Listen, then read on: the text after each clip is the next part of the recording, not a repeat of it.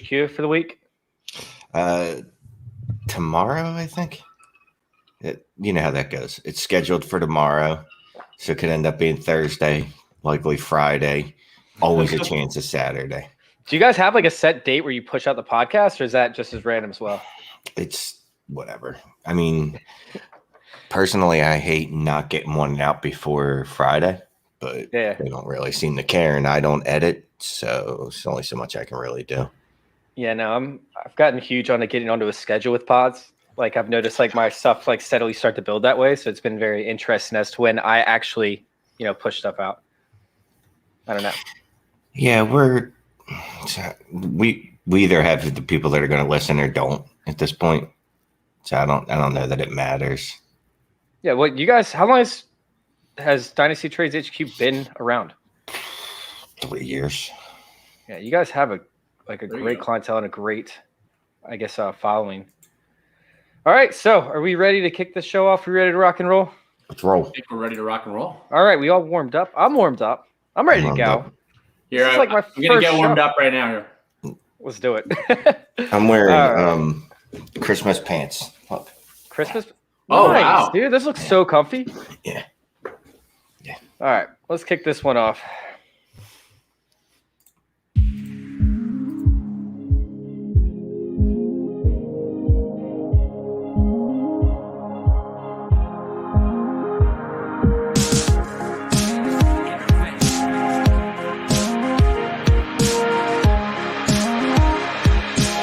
This is Fantasy Intervention.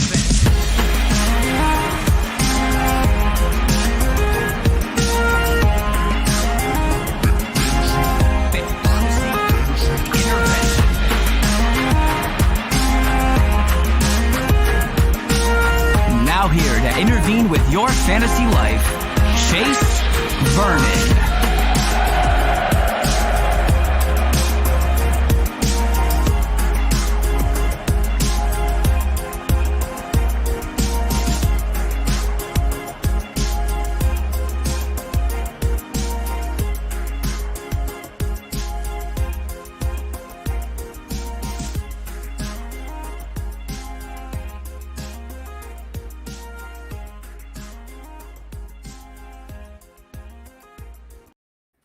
Back here jamming. I forgot to turn off the music. Turn off the music. Yeah, that song never stops being a bop, I got to say. It Dude, just I'm like kept playing through. Yeah. I should, but then it gets really quiet, and then it gets kind of awkward when we pop on, and I'm just coming on with energy and stuff, and it's just like it's not the best transition. That's why we actually had a new one done, but unfortunately, it's a little bit different show. We had to switch it up. Now, we have a fun show for you guys tonight, something that we should be diving into because, of course, we have a special guest in.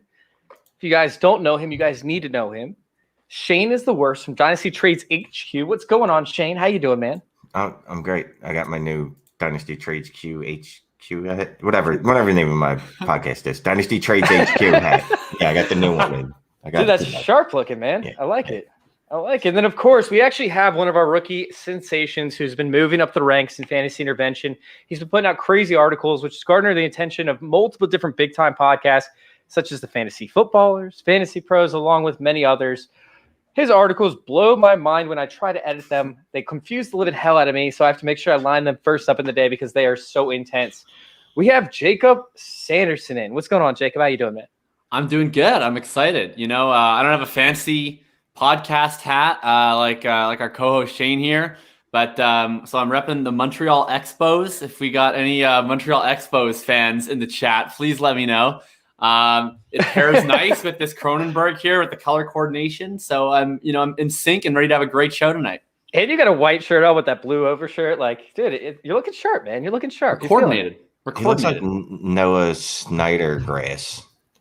I mean, the Syndergaard? hat's the wrong team. Yeah, him. Yeah, the hat's the wrong team, but yeah.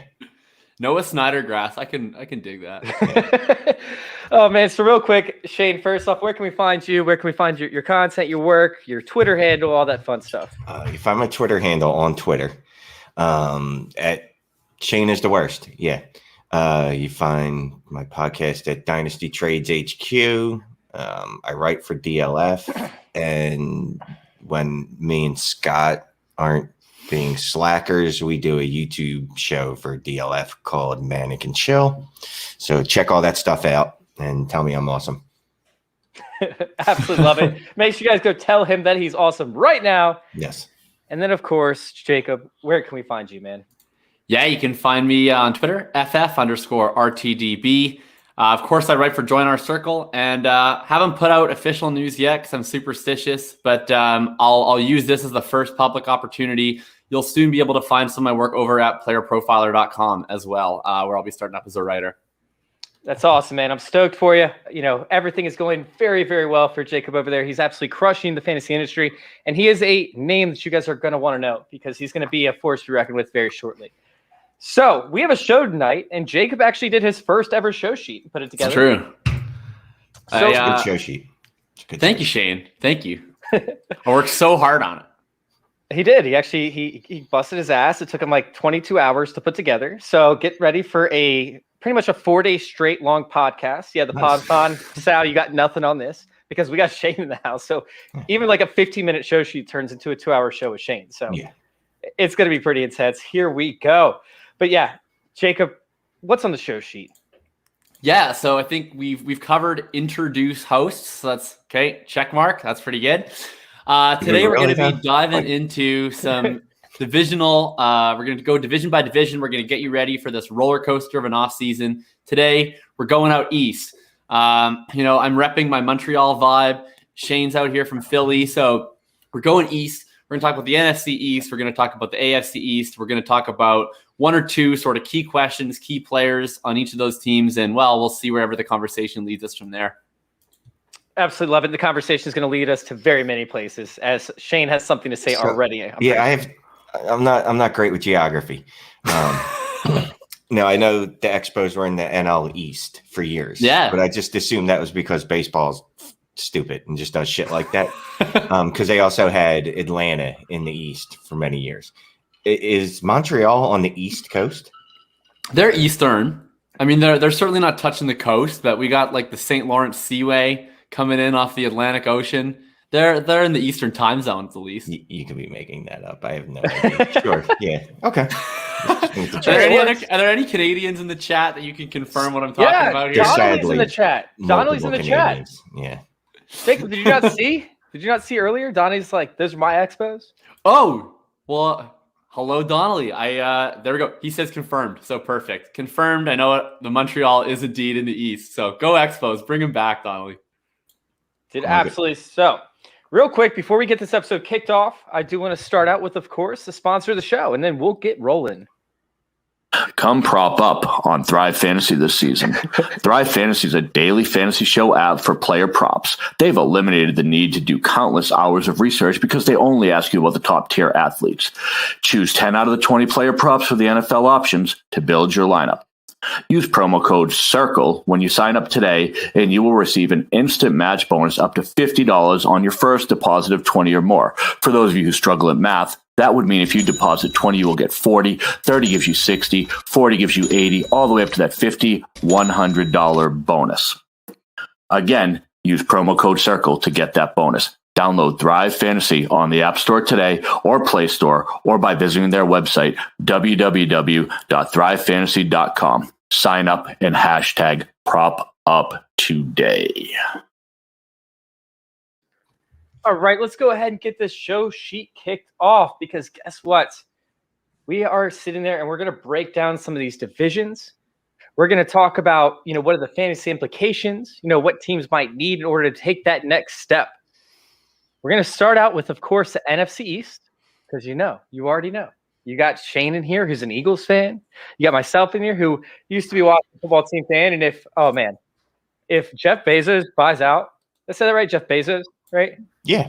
If he buys out Washington, I'm going to be a Washington fan again. I can't wait. Like, I am so excited. Supposedly met with a bunch of lawyers and whatnot in Baltimore about potentially buying out the Washington football team, Dan Snyder shares, and we all know he has the money to do so without the snap. Oh yeah. So, I am very excited right now.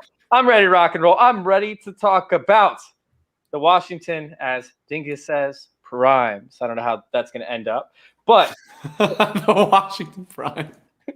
That's great. That's great. If you guys don't know, Jeff Bezos is, of course, the Amazon CEO. So, or used to be, I guess. I guess he's stepping down from that position or something along those lines. Anyways. Yeah, because he's stepping into owning the Washington football team. Yeah, The Washington Primes. I actually just came up with that. Washington Primes. Oh, you just came up with that? Yeah. Makes sense. Okay. Hope you like it. All right. So let's go ahead and start out with the Washington Primes. Let's go ahead and let's talk about, before we dive into the quarterback situation, because I do want to bring that up. Is Antonio Gibson a running back one? Because we've actually been doing our rankings, our top 12 rankings for fantasy intervention for our group. And I've been sharing it on Facebook. So these guys get completely torched and pretty much shut out the back end. I don't know, Shane, have you seen those? Because I know you're part of that chat. Yeah, so people are literally like, they're going wild. They're going buck wild. We had one guy said that Derrick Henry is going to run for 1,000 yards until he turns 36 because he has shown no sign of slowing down. Well, what's great about Facebook is they don't know what the fuck they're talking about a lot of times. Because if they did, they'd know that no one running back typically plays to 36 or even 30, but that's okay. It's very entertaining for Facebook. So, of course, we guys over there at Fantasy Football Discussion, keep tuning in. Please keep on hating on our rankings because it is absolutely lovely. We get to chat about it all over our group chat. But, Shane, we'll start out with you. Does Antonio Gibson actually make it? Does Antonio Gibson actually make it as a running back one? Yes. I mean, we saw what he did last year. And they didn't even use him, his skill set correctly. They didn't use him as a receiver. He had over 5 targets. Never. He had 5 targets was his high a couple times. That's ridiculous. I mean, the guy was a wide receiver in college. Everyone knows that. He looks the part as a running back. Once they integrate him into the passing game, I think it's wheels up for him. So he definitely, to me, looks like a guy that's going to be an RB1.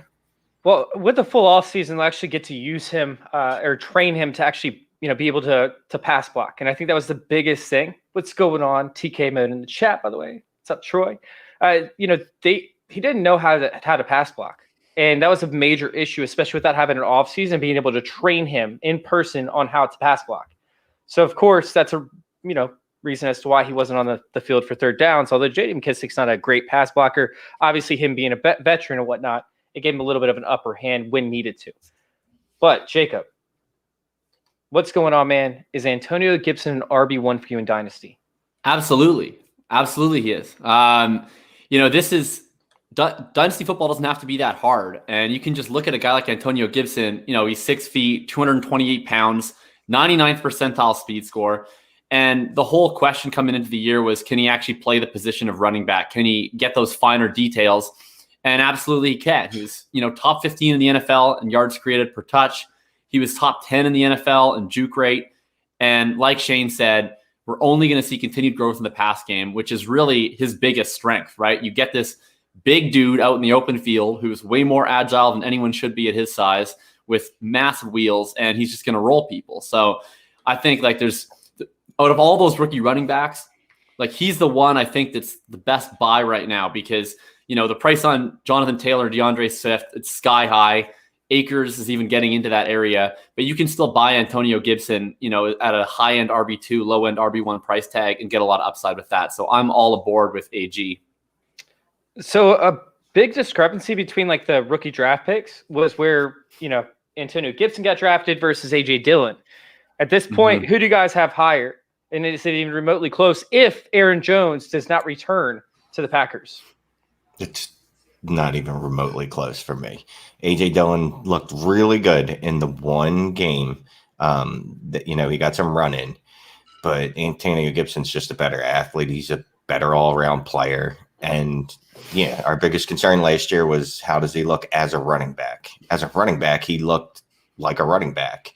So I can't see it being competition. I could see Gibson's a guy that should see 80 targets a year. Yeah, at least. Dillon should never see that. He should see that in his career, but not in a year. So I'll take Gibson way over Dillon. Yeah, it's Gibson for sure. I mean, I like both those guys at cost, and I worship at the altar of the speed score. And both of them are, standouts in that metric. But for sure, like Gibson has the way higher upside as a pass catcher, and it's just a lot safer. I think we can be more confident in him. So definitely Gibson going forward for me. I'm actually a huge AJ Dillon fan as well. I actually had them back to back in my rankings. I had Gibson slightly higher. So with AJ Dillon in his position and the system that he's landing in, it's going to be very advantageous to his fantasy production because we've seen Derrick Henry succeed in areas like this. We've seen, Icky Woods succeed in areas like this. Terrell Davis. These are all the same players that played in the same exact system. Did you say Icky Woods? Yeah, Icky Woods. Like the shuffle guy? Yeah. Yeah, the guy that. Jacob, how do you know who that is? Yeah, are you old enough? Yeah, you're not old enough. I've heard stories. You sometimes you get a bedtime story, and they're like, once upon a time, there was this guy Icky, and he shuffled. That's all I know. Was he good? Like I know he shuffled. He was good for 2 years. Okay, and he did a fun dance before he got hurt. Yeah, I think he got hurt like I said in his second year in the league, and then just completely fell off because he didn't do the right stuff rehabilitating. So it was like Todd Gurley. It sounds exactly like Todd Gurley. Dude, you're right on point with that. So, that's Shane's left the chat. Shane's left the chat. That take was too hot for even me. God, that was great. Dude, that was amazing. I think we lost like 10 viewers and Shane. Shane is left. Yeah, Icky Woods, real quick, had one good season, actually, his rookie season. That was it. Okay, so more Peyton Hillis, but with dancing. Yeah. All right. Yeah. Okay, cool. That worked. God, he's on fire right now. Okay, so let's go ahead and talk about if the quarterback will play an effect or have an effect, because obviously the Washington football team has a lot of holes in their offense. I mean, sure, Logan Thomas can suffice for another year, but they need another wide receiver, maybe two. They need an offensive line pretty much across the board. We don't know what's going to happen with Brandon Scherf. Like, is the quarterback the right position to draft, or should they sign a free agent? And if they should sign a free agent, who should that free agent be? We'll go ahead and start out with Jacob on this one. Yeah, I mean, they're an interesting team. There's just not that many options. But to me, like, I think where they're at, they're drafting artificially low in the draft, right? I mean, they aren't actually that good of a team. But, of course, the NFC East was an absolute clown car last year. So they end up being drafting at like 19th or whatever it is. So, probably not going to get one of those top guys. Maybe a Mac Jones falls, but I'm seeing reports that he's going to go top 8, which is, in my opinion, kind of Looney Tunes, but whatever. So I think, like, other than, maybe they can make a play for Deshaun Watson or something like that, but I think they're building a good foundation. I wouldn't mind bringing in, tryouts like a Jameis Winston, maybe a smaller scale deal for a Sam Darnold, see if it works, someone younger that has that upside. And if it doesn't work, well, then they'll probably be back, probably where they belong in the top 10 of the draft next year, because I think Dallas is much better than them going forward unless their quarterback position hits. Where did you see reports? I'm not trying to put you on the spot, but where did you see reports of them going to the top 8? I mean, you have 5 different quarterbacks. I mean, last year we saw it where they predicted for, who was it? Of course, Burrow, Tua, and then Herbert to go all top 3. Is this one of those type of reports, or are we actually talking about like real talk where he's going to start jumping people? Yeah, I mean, first of all, like I'm not that sold on Mac Jones. He's pretty clearly my 5th ranked quarterback of the rookies, but this was on ESPN. Mike Tannenbaum was saying that Carolina Panthers are 100% sold on Mac Jones. If they don't land Watson, they're taking him at 8. That was the report today, but I don't put a whole lot of stock in it. I'm just saying it's possible he's gone by 19. That's all. That's very interesting. Honestly, I would love to see, somebody like Justin Fields actually fall, which I think is possible based off reports as well. And how the past few years of the draft have gone, with seeing Deshaun Watson, of course, Josh Allen kind of fall and slip after reports of them going early as well. So, Shane, like, are you sitting there feeling like Washington should take a quarterback in the draft, or do you think that they would be better off drafting offensive lineman, signing a free agent as a quarterback? Yeah, at 19, even if it was Mac Jones, because that's the only guy that could fall there. You're not drafting Mac Jones. He's not a franchise-changing player. I'm sure he'll be a great backup, probably a bridge quarterback at one point in his career. It's just like a super flex draft. Just because everyone else is drafting quarterbacks doesn't mean you should reach for a bad one. And ironically, Mac Jones will be the decision point in both of those. Yes. Right? And Washington makes a lot of bad decisions, but I don't think Ron Rivera does. So I don't think that they'll do that. So yeah, go sign Andy Dalton or Mitch Trubisky, whatever. Give Mitch Trubisky a 2-year contract and let him see what he could do. And if he can't win next year, then that's fine. You have a backup. I do want to bring up Jeff Trowbridge's comment, because this has been something that Washington football fans have really getting behind as of late, of all the shows that have been on and everything with Washington, I guess the Washington Primes, if that's what we want to call it. Fitzpatrick as a bridge quarterback. I hate it, but it makes sense because the two players together, or the two people together with Ron Rivera being, of course, Riverboat Ron, and then Ryan Fitzmagic. Like, I mean, where are y'all seeing with this? Like, do you think he's going to be a good bridge quarterback and they could take, a quarterback in the draft? How y'all feeling with that? Fitzpatrick is always a good bridge quarterback. He's been a good bridge quarterback for his entire career. I guess, what do you want? Do you want someone that's 38 years old in the quarterback role, or would you rather take a chance on a guy like Mitch Trubisky, who probably sucks, but if you get him on a new offense with a new team, maybe he's better because Matt Nagy's awful. I'd rather see them do that if I was a Washington fan, but as a fantasy fan, I want Fitzpatrick there because that would look nice for Terry McLaurin. I mean, I always want Fitzpatrick in my life. Like, the guy's a blast. He's super fun. He throws it downfield. He's everything that I want. But yeah, I mean, I don't know. I never know. Like, Fitzpatrick's never going to be good enough to win you a title. He's probably too good for you to completely tank for the top quarterback the next year. So he's kind of a worst case scenario. But I mean, my life is more fun when Fitzpatrick's a starting quarterback in the NFL. So I'm certainly never going to be mad about it. Yeah, it'll be interesting to see where the direction goes with this. Now, let's go ahead and hop over to the Giants, right? And the biggest question for me moving forward is going to be the quarterback position. Obviously, with Jason Garrett, he wasn't a great play caller this past year. But at the same time, he didn't have any wide receivers. His quarterback was epically horrendous. We have different scenarios where, maybe he ran a couple of times. Maybe he was able to escape some pressure and gain some yards. But moving forward, is this something as to where we could see Daniel Jones actually succeed in this position? What's going to need to happen for the Giants to be successful? We'll start out with Shane. Evan Ingram has to catch passes. Sterling Shepard has to stay on the field. They have to draft Jamar Chase or Devontae Williams. They have to get a better line. Daniel Jones could be a decent quarterback if everything is working perfectly for him.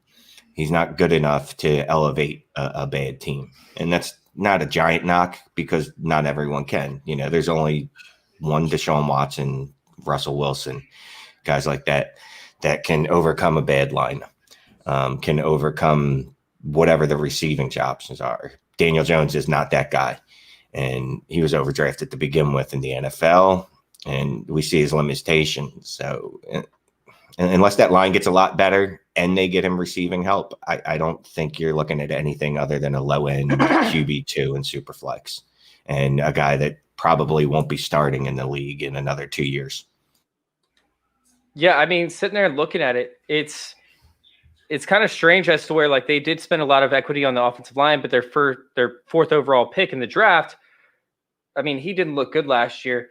However, their other draft picks did, with, I believe his name is Lemieux. So, Jacob, like, is Daniel Jones the answer? Do they need to invest in other places and just let Jones kind of, play his role out? What's going on? Yeah, I mean, from like a real football perspective, I don't think they're in any position to move on from Daniel Jones right now. He hasn't gotten their weapons just make me sad, right? I mean, Evan Ingram can't catch a pass. Sterling Shepard is fine. I don't know. Like, he's like a fancy version of Hunter Renfrow. Whatever. Darius Slayton sucks. Like, I'm sorry. He's just not very good.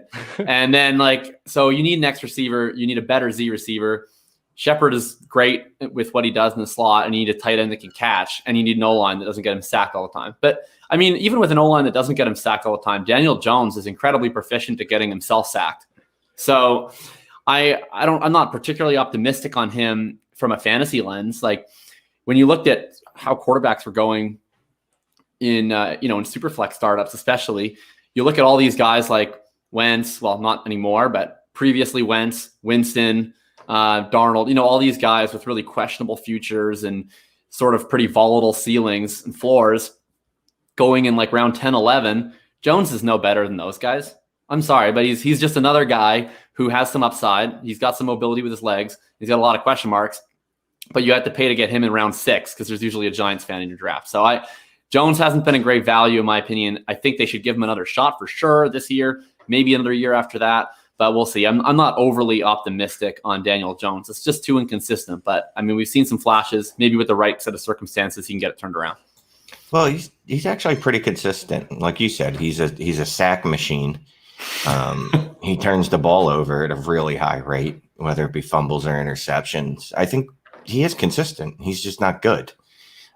This is kind of what he is. Like I said, if in a perfect situation with a stellar offensive line and just loads of weapons, he could be a good game manager.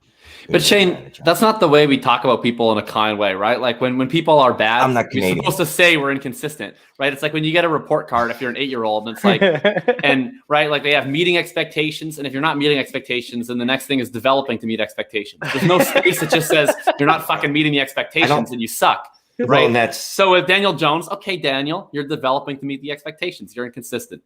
Doesn't mean he's good, but like you're developing. No, we're trying to do positivity tweets, here. bro. Come on. That's the problem with kids here. It's very true. It's very true. But no, Daniel Jones has not been good. And although he can, if they add some tremendous pieces to the wide receiver position and they don't add to the offensive line, I actually like him more because of his scramble ability, his ability to escape pressure. And now all of a sudden he has guys who can do stuff with the ball after the catch. That's been a big problem of his. He does not have those receivers.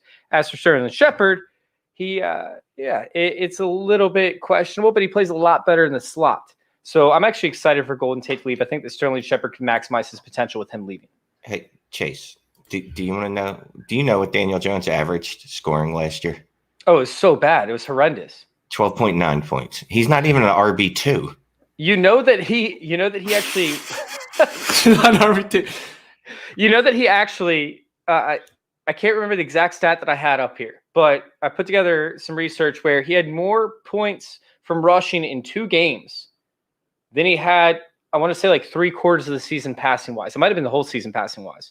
In 2 games of his rushing upside. One game where he just stumbled right before, he ended up getting in the end zone. Another one with a longer run where they had some designed, option plays. Yeah, it's kind of crazy how much better he was with his legs and how bad he was with his arm. But I want to blame that more on his RB27. RB27 last year as a starting quarterback. I know it's bad. So the starting quarterback of the New York Giants is Myles Gaskin. That's like basically where we're at? Yeah. Okay. Except Myles Gaskins is better. He had like 14.9 points a game. So all right. Okay. So I don't even know who we are. Who's 12-9 then? What are we looking at in that range? Oh, Kenyon Drake.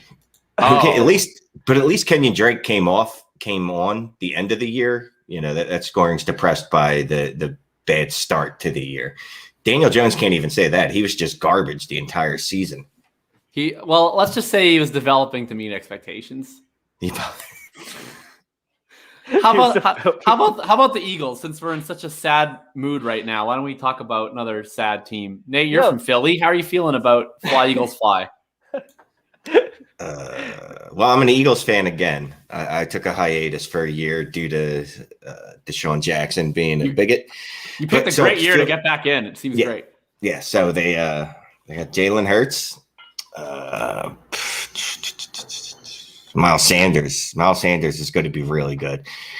If I'm the Eagles, he touches the ball at least 35 times a game next year. Dude, he was one of the most efficient running backs in the entire league last year. Yeah. It was insane that they didn't give him the ball more often. It was driving me insane.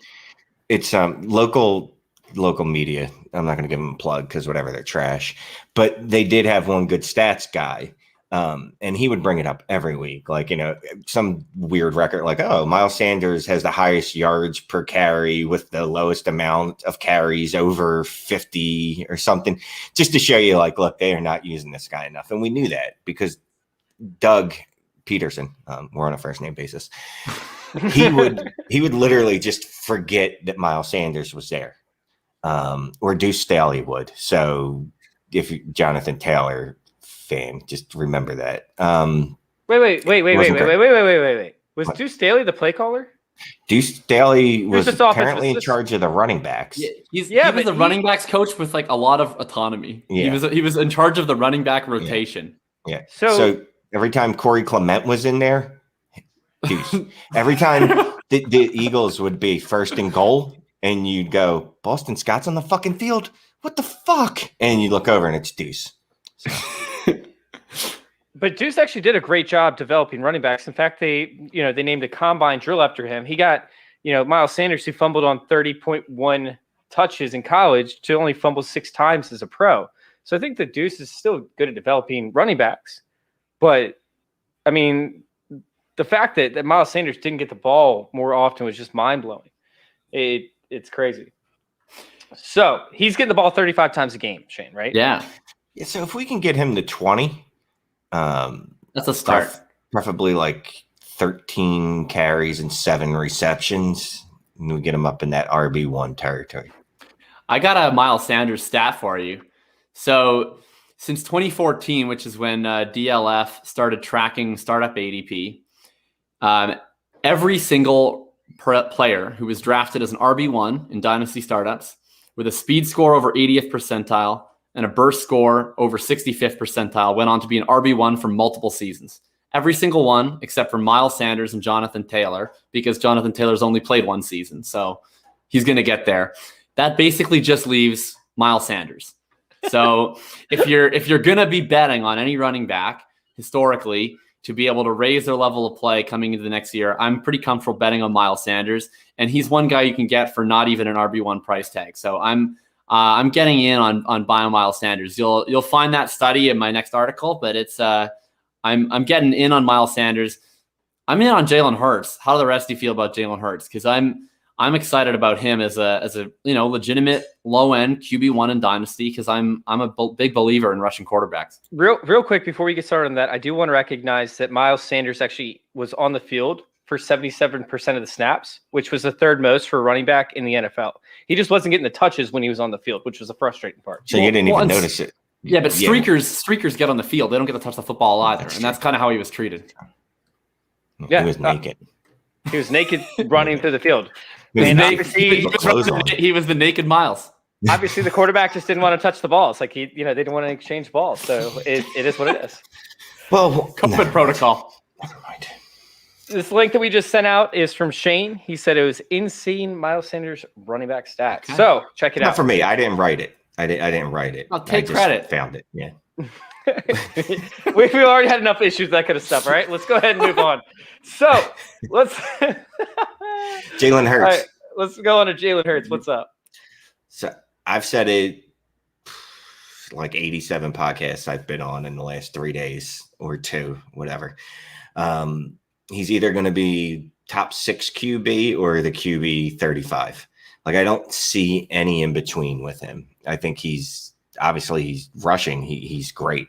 His passing, not so good. But can it improve? I always believe with good coaching, you can improve passing. Look at Josh Allen. That happens all the time, right?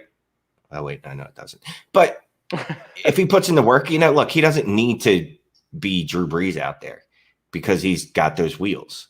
If he can get it up to 60%, 62% with that rushing ability, then I think, we're looking at QB1 territory. What you got, Jacob?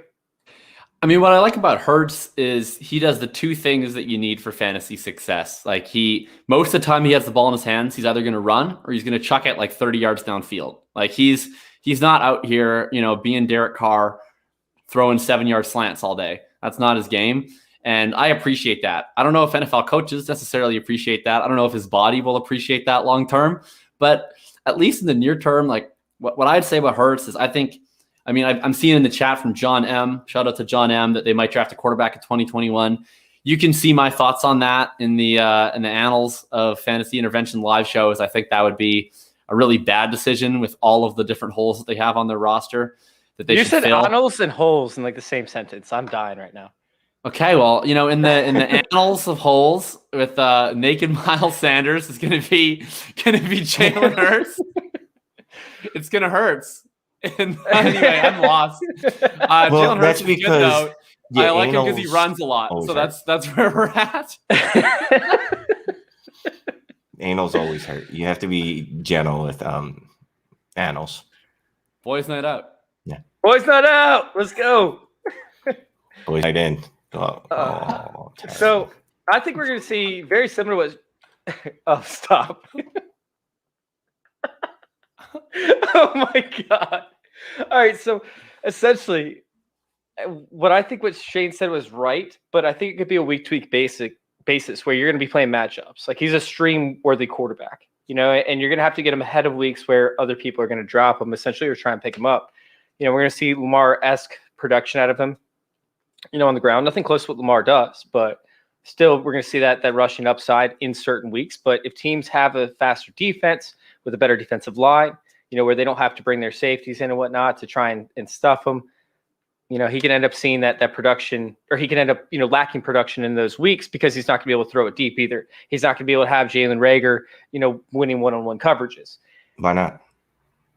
Because you hate Jalen Reagor? I mean, Jalen Reagor's not good, but we'll go back what to if that. he's got Jamar Chase out there too?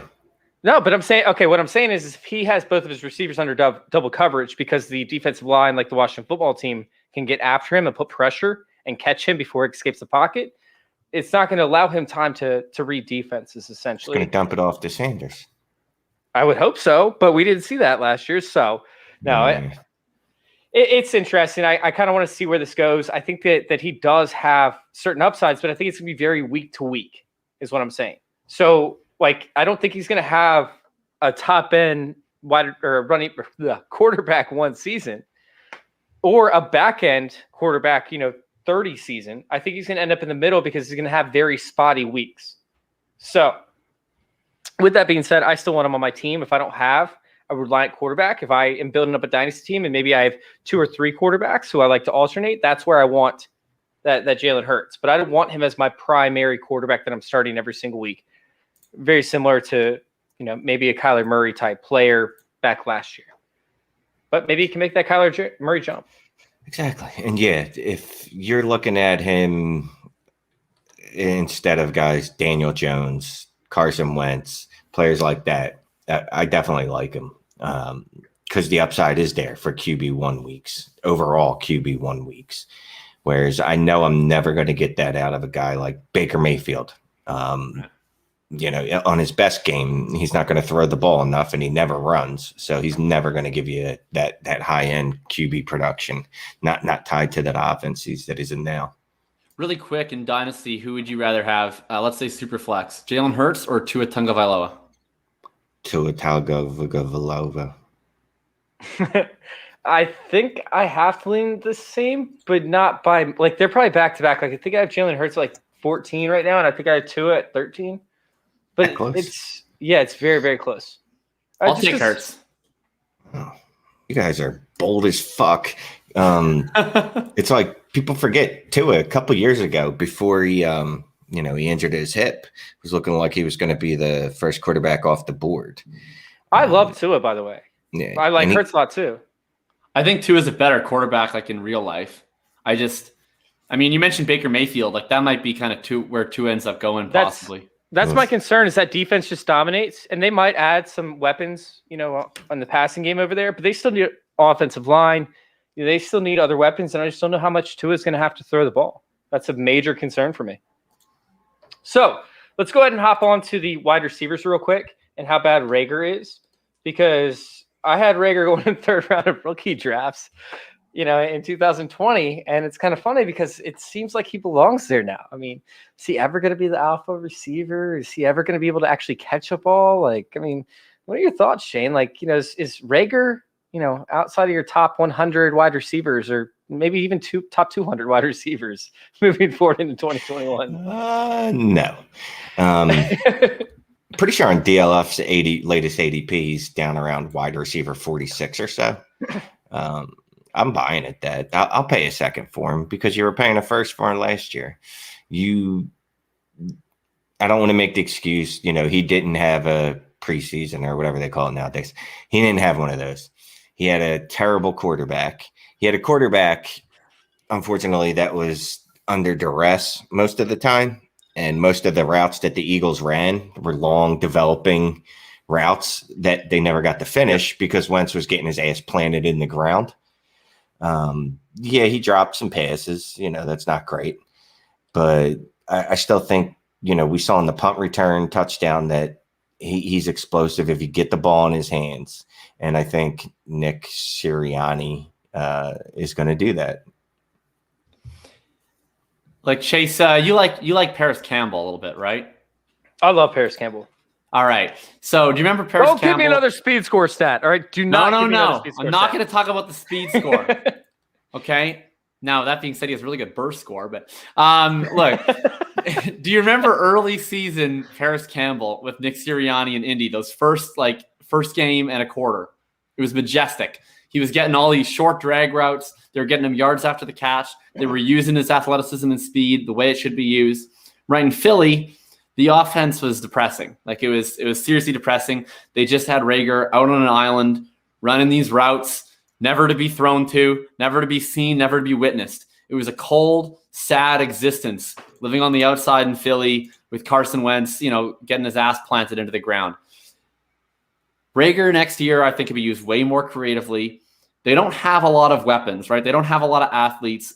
A lot of their wide receivers either played quarterback in college or they're like 86 years old or they're Alshon Jeffrey. So like if you're looking at this offense, you got to get the ball to your playmakers. And Rager is a playmaker. He's not the most refined route runner. He's not a technician by any means.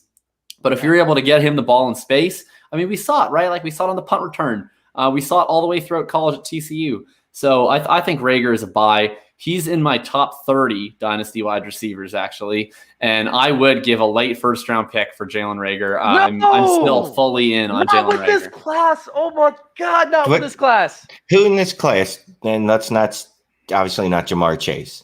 No, not Jamar. Besides Jamar Chase, can you say, you know what? He's a lockdown, slam dunk. He's going to be a wide receiver one in the NFL.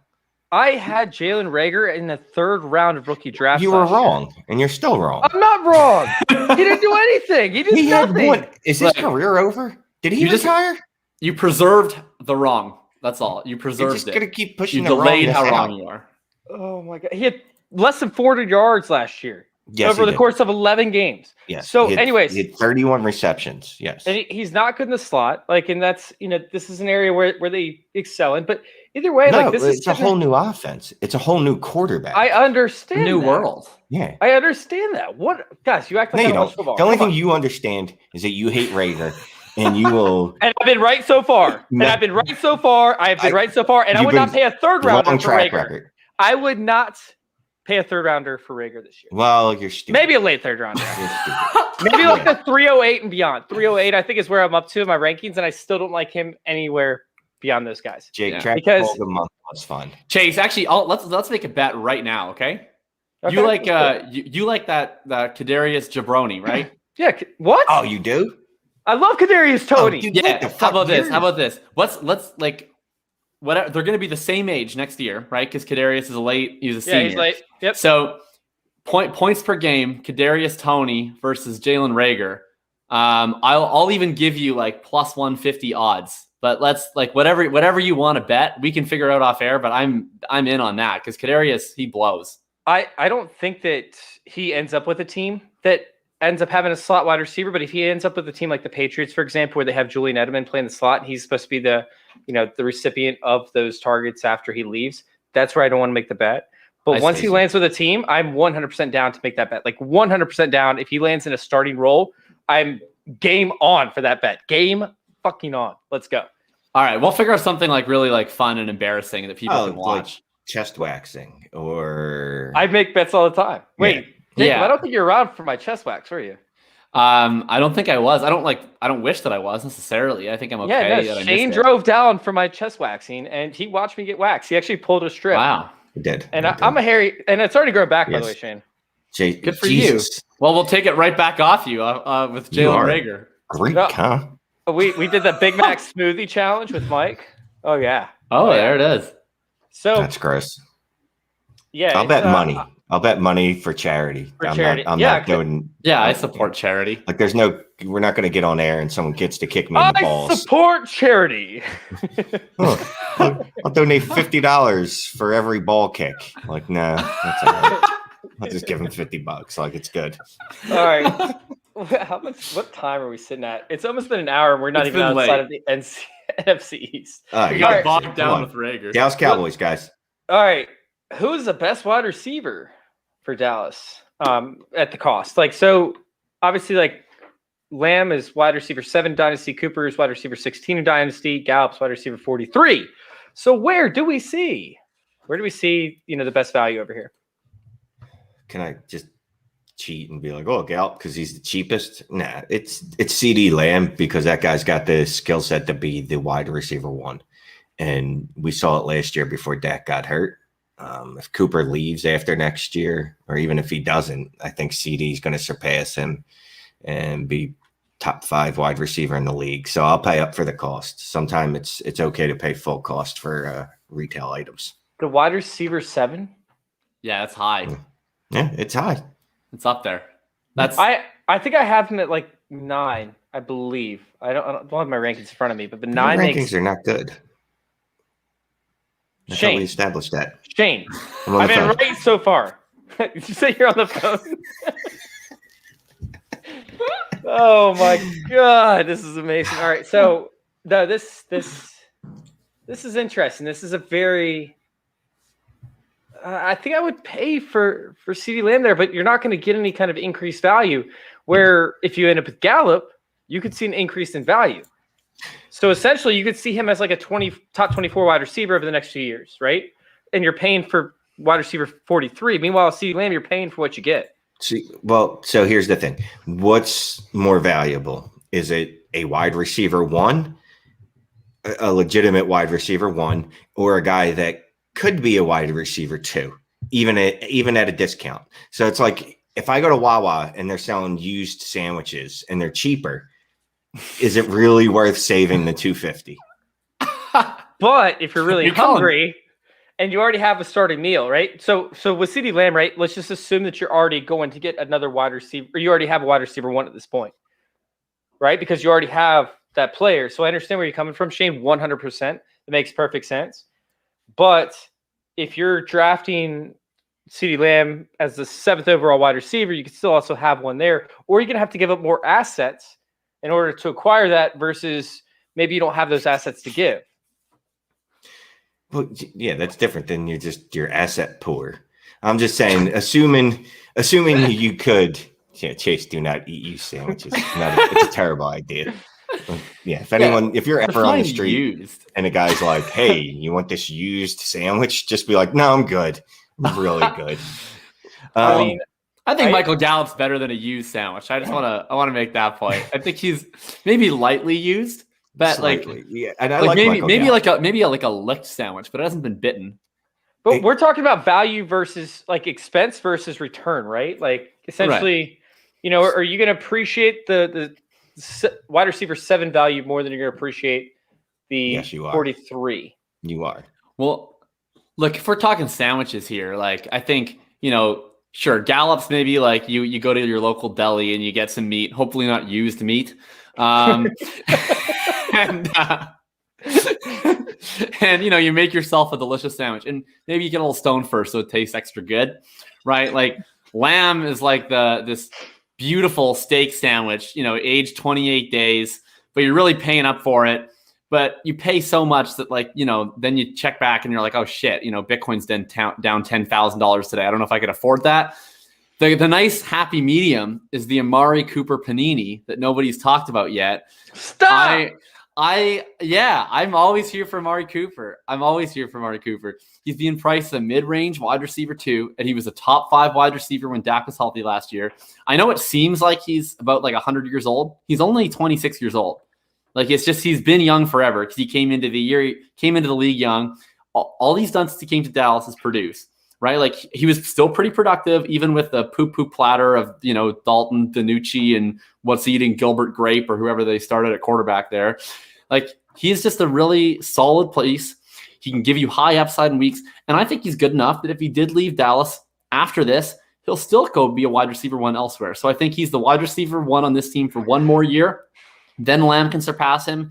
Then he can go have, his second prime with another team. So to me, like if I'm looking at a guy that I'm really wanting to buy at cost, I mean, all these guys I like. I think they're all good. Except for, I don't really know if I want to eat a used sandwich. Now that image is in my head with Gallup, but I'll take the Amari Cooper panini on rye.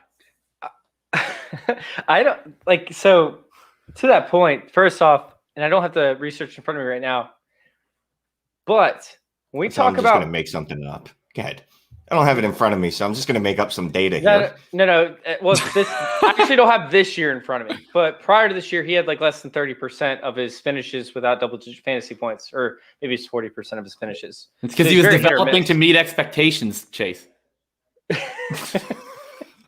Dude, no, that's the concept is the fact that if you're going to sit there and you're going to try and pay for wide receiver 1, because that's what he's going to cost. He's not going to cost wide receiver 16.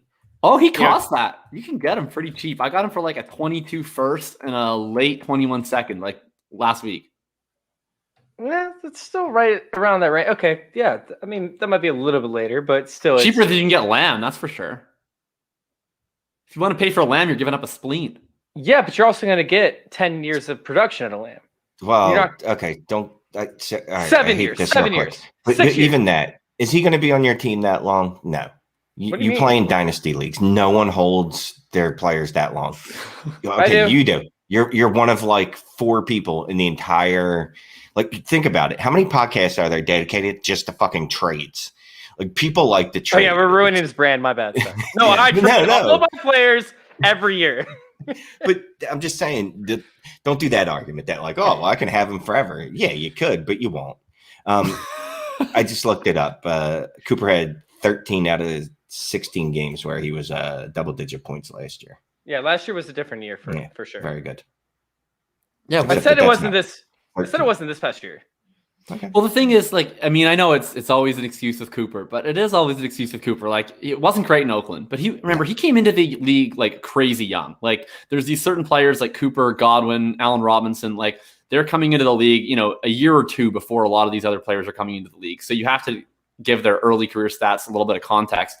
And since Cooper got to Dallas, I mean, he came in halfway through the year, absolute baller the second half of the year. Then he came into the next year with Dallas, started out on fire. He got hurt. He played through it. Didn't do so good. Comes in this year, baller. So, I mean, when he's been healthy with Dallas, it's been pretty good. Like, I mean, in terms of guys that, like, I would be very confident being top 12 wide receivers next year that aren't currently in the top 12, to me, it's like Amari Cooper, Keenan Allen. That's kind of the 2. And Amari is much younger than Keenan Allen. Jeff, you know what, Jeff? Look. Hey, Deontay Johnson. We're going to be on a podcast, by the way, so you have to address the question. So yeah, the podcast knows. Yeah, come on. All right. You can't just read comments and blurt things out. This is his first official show he's been on that's going to have a podcast attached to it, so he has to learn. First of all, I just learned that I'm going to be on a podcast right now, so I'm really glad that more people get to hear me talk about my used meat. Thanks for the heads up, though. But yeah, so for whom J. Beltol said, Jacob, I'm going to crush your dreams on Deontay. Now let me tell you about Amari Cooper. Look, Jeff and I have had an ongoing disagreement. He likes, people who profiled as terrible prospects out of college who got unearned volume and will be low-end wide receiver 2s. And I like generational prospects out of college with big playability. It's, dude, you can't just smash the viewers. You can't just smash the viewers. Jeff's not a viewer. He did it in a way, though, that sounded like he wasn't bashing him. Like, he wasn't saying, like, oh, you're bad at picking fantasy players. But no, that's what he was saying. It's like there's 2 roads you can go by, but in the long run, I hope you change the road you're on. I don't like Deontay Johnson either. So let's go ahead. Thanks, God, this is. By the way, we are not getting the AFC East today. That is a topic for another day. Nope, we're not going to the AFC East today. There's too many teams in each division. Like, how could you do 8 teams in an hour? So we have the next 8 show weeks sheet worth lies. of content. 7 weeks. Oh man, You could do a speed round. Jeff, I'm sorry, buddy. He says he can't even defend himself, which It's true. I mean, like Jeff's a lot harder to defend than Deontay Johnson, so it would be hard to defend himself. Oh, do you guys want to do a preview for next week and just do a quick round? Are we on the air next week? That sounds great. Yeah, I just learned 55 minutes ago that this might be a weekly thing, so that's cool. All right, let's do a speed round. Buffalo Bills. We'll talk about them next week. That's what we're going to talk about next week. Okay. We're going to talk about Singletary Moss. Which one do you guys have? Quick hit, and we'll... Neither. Okay. Shane? No, thank you.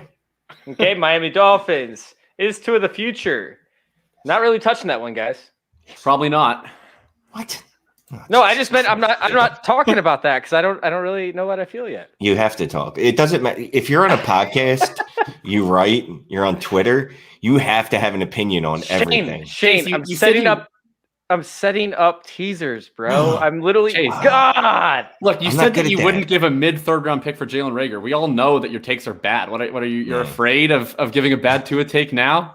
Come on, it's too late. How many yards did Reagor put up, bro? Just curious. 396 on. And they were the greatest yards ever. And a punt return touchdown where he looked fucking magical. He looked like a unicorn prancing through a field and taking off into the sunset. Exactly. All those things and more. Yeah. Oh my God. And guess what? Unicorns have hooves. They can't catch the ball. All right. So if you saw Reagor run some of those deep outs, the hooves, if the hoof fits. New England Patriots, are they going? Sad team. Okay, cool. Perfect take, guys. All right, on to the next team. The Jets. Jets are going to be fun. Yeah. Yeah, no, they're going to be very fun. I mean, Denzel Mims is somebody that I can't even imagine I would bring up right now, but I really want to talk about. How many yards did Denzel Mims have last year? I have no idea, but he didn't play half the games. I only know speed scores. You're not great with math. He played in 9 games, which is over half. He had 357 yards. Wait, so he had more than Reagor and played half the game. Over half of it. No, he had less. He was less. 39 yards less in 2 games. But everyone says Denzel Mims is the greatest thing since used meat, but Jalen Reagor isn't getting anything. You did. Since used meat. Oh, I love it. I cannot plant my flag yet on Denzel Mims. I have to wait till next week to do it. So yeah, make sure you guys join us next week for this show. This is our first time doing this show. It was absolutely insane. So real quick, we'll start with Shane. Shane, where can we find you? What are you doing, man? Give us your sign off. Didn't I do this already? What's up? Didn't I? Give us your sign off. Your sign off, bro. I have a sign off? Yeah. I don't know what your sign off is. I don't know if you have one. May Jesus bless your crotches. And go follow him at Shane is the worst on Twitter. Once again, it's at Shane is the worst on Twitter. Oh, Jacob, who are you blessing? Oh man, I don't think I'm gonna bless any crotches, but first of all, I'm just gonna bless Jeff for putting up with me all night and being great in the chat. Blessing Shane and Chase for doing this with me, for getting through 50% of our show sheet. And you can find me on Twitter, FF_RTDB. You can find my writing at Join Our Circle. And soon you'll be able to find some of my writing at playerprofiler.com as well. Very excited for you, man. It's been amazing. We might hop on and do a different, show after this because I still want to go live. So if you're in here, you want to talk, you want to chat, we might go for another show. Who knows? Anyways, you guys can go find us at @joinourcircle_. Once again, that's @joinourcircle_ over there on Twitter. You guys can find us on fantasyintervention.com. fantasyintervention.com, and then youtube.com/fantasyintervention to find our content. If you guys liked what you heard tonight, please go hit subscribe no matter what app you're using to listen. Thank you guys for joining in. Don't listen to us on Parler. That's not a good app. I'm still learning that app. I don't really understand it. Well, that's the crazy right-wing Nazi one. Yeah. So no, don't learn that. Yeah. You're making a lot of bad calls tonight. You're like, I'll eat used meat. Jalen Reagor isn't that good. And yeah, I'll go on the neo-Nazi skinhead website. Jalen Reagor is used meat. Thank you guys for joining. Thank you guys for letting us interview with your fantasy football life. We're out.